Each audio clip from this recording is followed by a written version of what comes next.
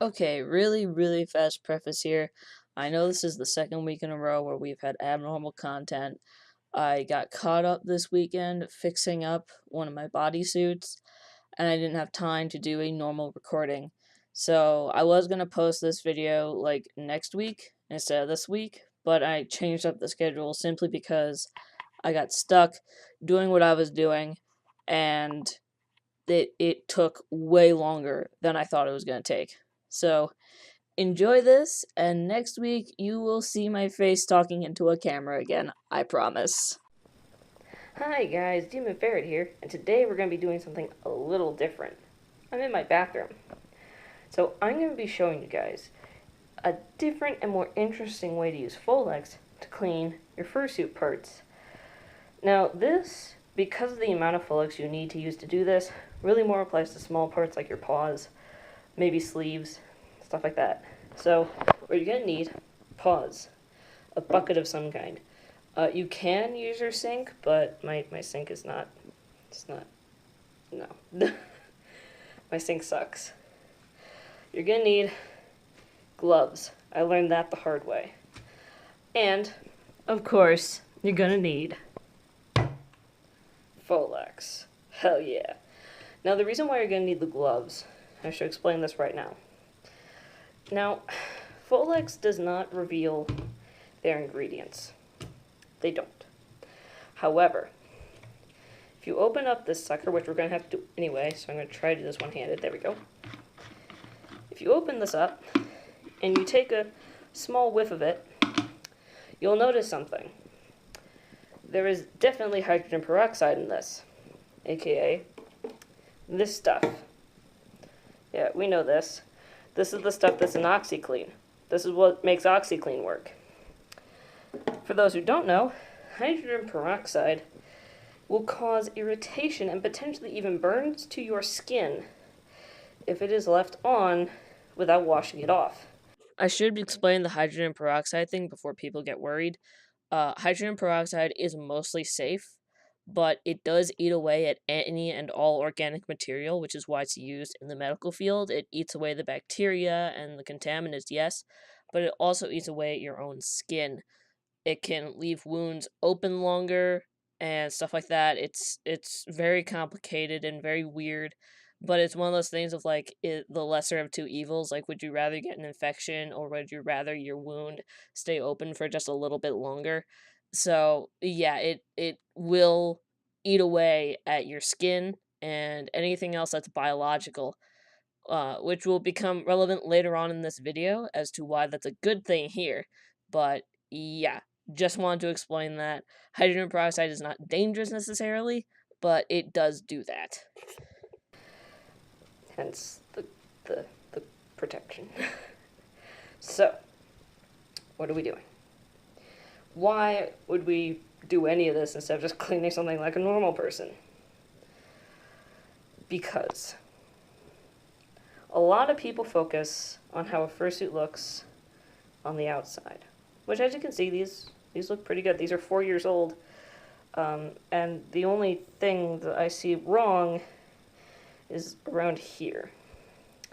But what people don't think about is what's going on the inside, which to me just as important, because inside stains on the backing, can seep out into the front. So you gotta take care of those too. On bodysuits, that's really easy to do. On tails, that's almost not a problem because stains don't get in there. On sleeves, again, that's easy to do. You can usually turn them inside out. On paws like these, where they have claws, paw pads, and stuff like that, you cannot turn these inside out. Actually, none of my paws can be turned inside out because they have paw pads, claws, or hooves. It just can't happen. So I need to think of something else to do. And I figured it out. I thought of it. So what does Folex need to work? It needs to be agitated. That's how it works. It works by sudsing up. So the first thing that we need to do, take that off. We don't need that. Apparently we also don't need toothbrushes that I use to clean reptile stuff. I'm going to pour this in here, and yes, Folex is pink. Isn't that a wonderful revelation? Folex is pink.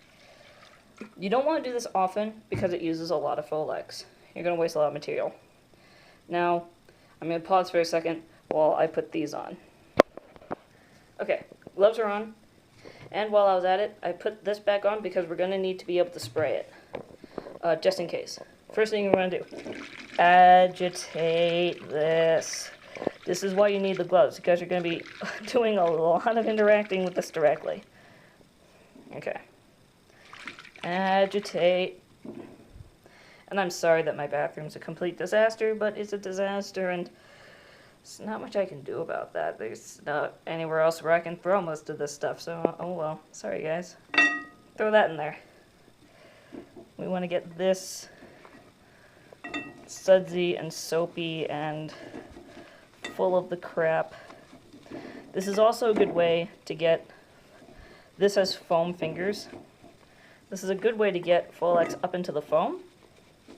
And don't worry, we'll be getting it out really soon. You don't want to let Folex sit in something, because again, it has hydrogen peroxide in it. Which shouldn't damage anything, but you also don't want to take any chances. You always just want to be careful. So now this is where we need the spray. Take this, and see, I'm not using the spray function, I'm using the squirt function. That's important. We want to get right up in there. Now that's up in there, this is the left hand. Okay. So we're going to want to take the hand the paw belongs to. Get up in there. And we're going to want to agitate it from the inside, because that's how Folex works. Agitate it from the inside. Da da da da. And just rub it all around on the inside. And just squish it around from the outside. When you hear that noise, you kind of know that it's working. Now, I'm going to add a little bit of water, because I don't want to add more Folex, because I don't have a crap ton of Folex to use. So I'm going to take a little bit of water.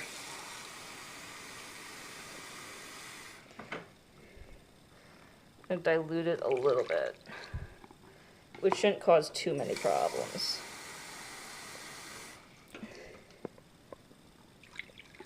So I'm adding a little bit of water. I also did this with Kanati's hands, and I did not have to add any water to it, but he doesn't have as much foam in his hands. He does have foam in his hands. 2 of his hooves are made completely out of foam, but it's not as much. His hands aren't as absorbent. But now we're getting what we want. We're seeing all the sudsing and the washing. We're getting what we want. And because this is an area that I was worried about, I can agitate the crap out of this. Just all this area. I'm gonna rattle the bowl everywhere.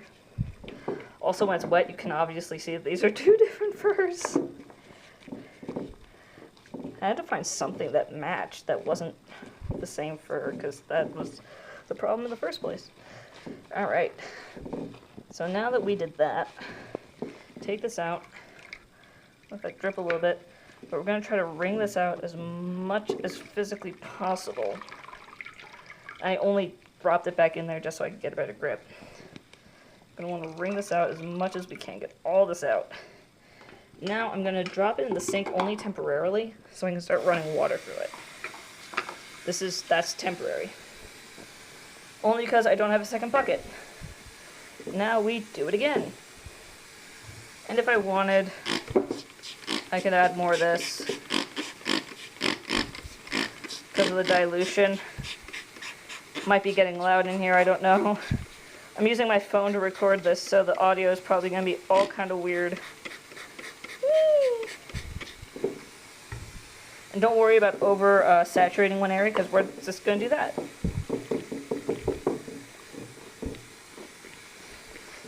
Just do this, a little bit of that, and agitate,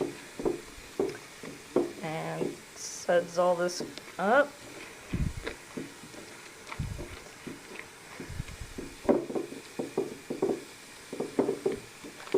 And then, like before, we're gonna open up the wrist, because this is part of the whole.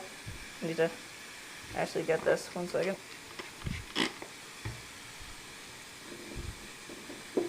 That needs to be gotten. Okay. Part of the whole point of this is to get the inside. So we need to make sure that we're getting the inside. Let's finally prop that open. Doesn't want to be. Okay. Oh, well, too bad. So sad.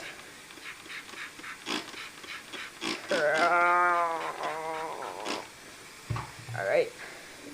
So now that's done. Now, with 2 hands, you can hold it open and then hold whatever area you're trying to get to with your other hand.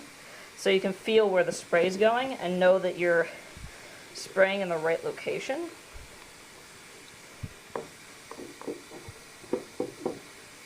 For me, I don't know where the hell the spray is going, so this is just kind of like a crapshoot.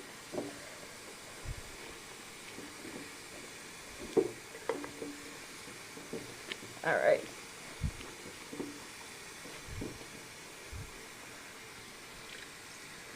I'm gonna get all that out now. But it's not as big of a deal at this point. Remove that. And now, temporarily, again, I'm gonna take these out and put them right on the edge of the sink. And that's so I can empty out this. And they're dripping all over the floor, of course. You might want to get some towels to do this.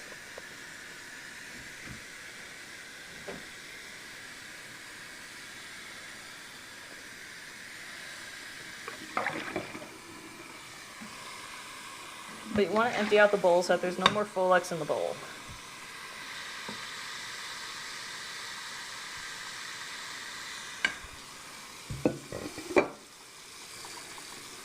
And then we're going to put both of the paws back in there. Get out. Both the paws are going to go back. Get out. You stupid fake plant. Go away. You've been a pain in my side. Alright. I'm gonna use my little bucket to move water from point A to point B.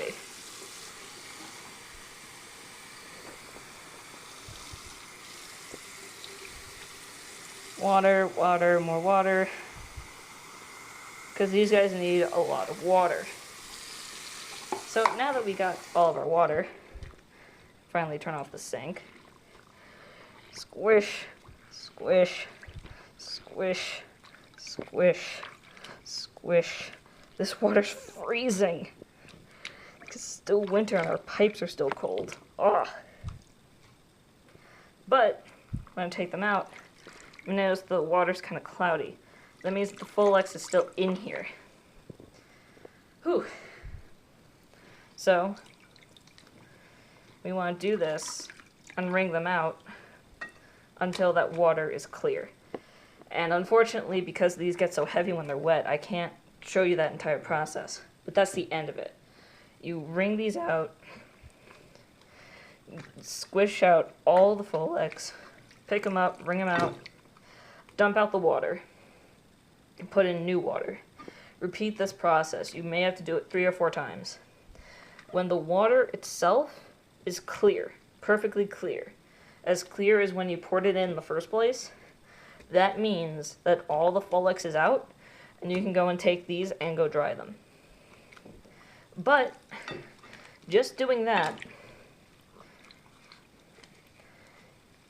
you can kind of see that the staining has pretty much gone, besides the fact that they're wet. I will...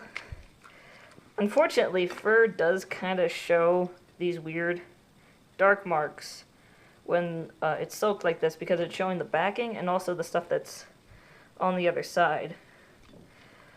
So what I'm going to do is I'm going to stop the video here.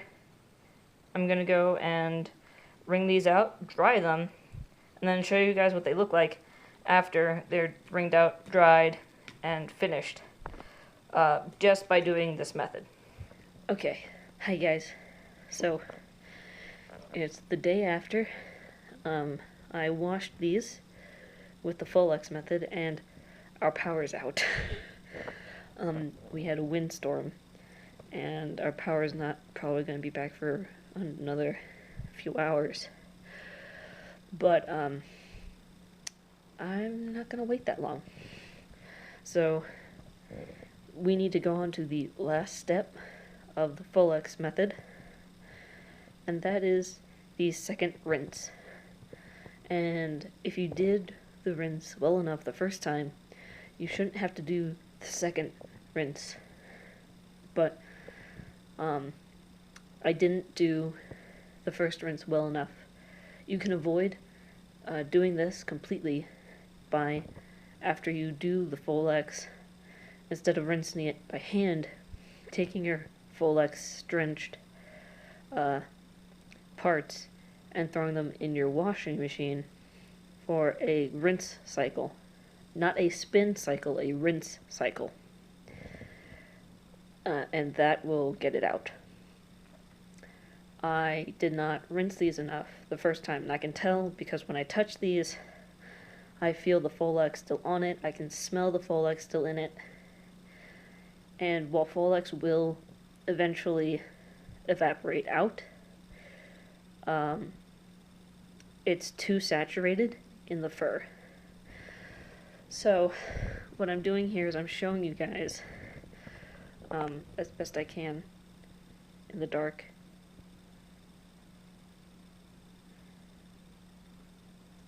Yeah.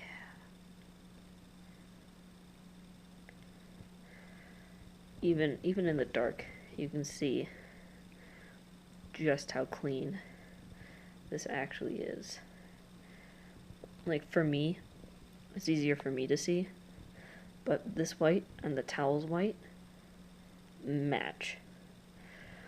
Also over here, you can tell that that dirt that was around here, gone. So, the cleaning works.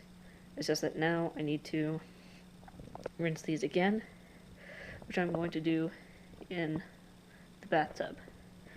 So that's going to be the next step that I take, and I will show you guys what it looks like afterwards, because the power's out, and I can't show you guys the process of me rinsing these out a second time. And we have power back. Although I apologize for the dark lighting, my overhead light went out.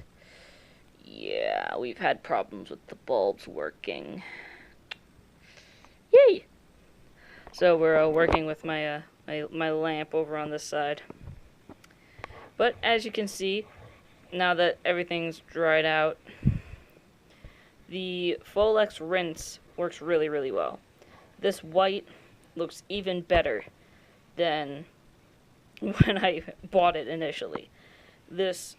It's hard to tell because of the weird lighting, but this shines. Like, this could blind you. So for white fursuits, if you have a problem with like your hands or, you know, something else like your sleeves not being white, this is a good solution. Now, another thing that I've noticed that I didn't expect is that the fur is actually softer now. In a lot of weird cleaning methods, the fur actually ends up not as soft. But in this case, it's actually the opposite. And I think what's happening is that the ingredients in the Folex are eating away at the natural oils that we produce, that a lot of things like laundry detergents and other soaps don't necessarily pick up and remove 100%. So I think that that's what the pure Folex wash is doing. It's picking up those oils that the detergent isn't necessarily getting. And these fared just as well. The gray I was worried about, it's gone, which is great because I couldn't get rid of it any other way. Even direct Folex wasn't working. And it's also softer. And these are 5 years old, so that's really nice to see that those have improved a bit. But the best part about all this is that now there's the assurance that not only is the outside clean and of better quality, but so is the inside. And that's something that a lot of people don't like to take into account or they forget about. The inside is just as important. Because if the inside dirt is left alone, it's going to come out to the outside, and it's just going to make things worse for you. And besides, you don't want the inside to be dirty. And not everyone, like me, can turn their hands inside out. I mean, this has hooves. I can't turn this inside out. Forget it. Not happening. None of my paws or hooves or whatevers can be turned inside out. It's not possible. So this is a great alternative for the occasional need to do this. And this isn't necessary to do all the time. Detergents and alcohol sprays are normal to do. These hands are 3 years old, and I haven't had to do this until now. So you may want to do this like maybe once a year, once every 2 years, or if you have to do it for an emergency situation, a little bit more in a more frequent time span from the last time you did something like this, then that's fine too. But this is just a demonstration of another technique for the fursuiters cleaning arsenal. But of course, I want to do the normal disclaimer of if you're unsure of whether or not Folex will work for your suit, contact your maker, or if you are the maker, test it out on a scrap of fabric first. Don't just go head first into doing this because it worked for me. I know that my suits can withstand Folex because either I made them myself or I know what they're made out of and I've used those materials myself before. But if you have airbrushing or something like that, a method like this could destroy it. So please, before doing this, use some common sense and check to make sure that it will be safe. And of course, always use your regular cleaning methods of alcohol sprays and your regular laundry washings, whether it be through a machine or through a bathtub or sink, whichever you prefer, because I know some people like doing one, some people like doing the other. I prefer machines. I have my reasons why, but you know, everyone likes their own thing. So, do your normal cleaning methods. Don't change your cleaning method for this. That, one, it's not cost effective. Two, Folex isn't a replacement for detergent. It's not. It doesn't work that way. That's not its purpose. It can't do all the things that detergent can do. So don't just go saying, oh, Folex is great, I'm just going to do this now. No, don't do that. I will come through this screen and slap you. So just use some common sense, stick with your normal cleaning routine, and if you like, you can add this routine to your cleaning routine as something new, something that you can use to improve the quality of your suits and increase their lifespan a little bit. So with that, I hope you guys learned something. I hope that this was interesting in some way, and I'll see you guys later. Bye!